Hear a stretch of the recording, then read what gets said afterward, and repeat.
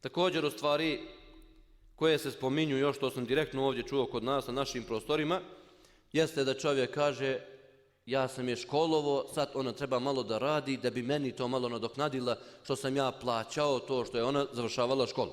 Također i to spada u stvari koje su haram i to je zulum, nepravda prema djetetu, da otac traži da mu sad ćerka vraća one pare koje je on platio, mora znači da radi. Pazi jedan primjer, jedan od šejhova spominje u jednom svom dersu, baš ova tema je vezana, spominje na samrti, čovjek ispušta dušu, babo, i dolazi mu ćerke i kaže da Bog da ti Allah zabranio džennet isto kao što si me spriječio da sudam. Pazi, vaš šejh kaže, ja sam bio svedok tu.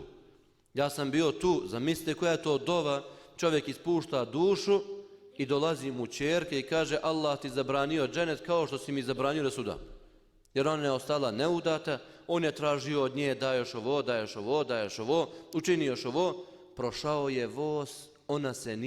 nije udala i onda nakon toga ćerka uči dovu protiv svoga baba za to što nije dozvolio da se uda i da krene, znači putem kojim je trebala da krene.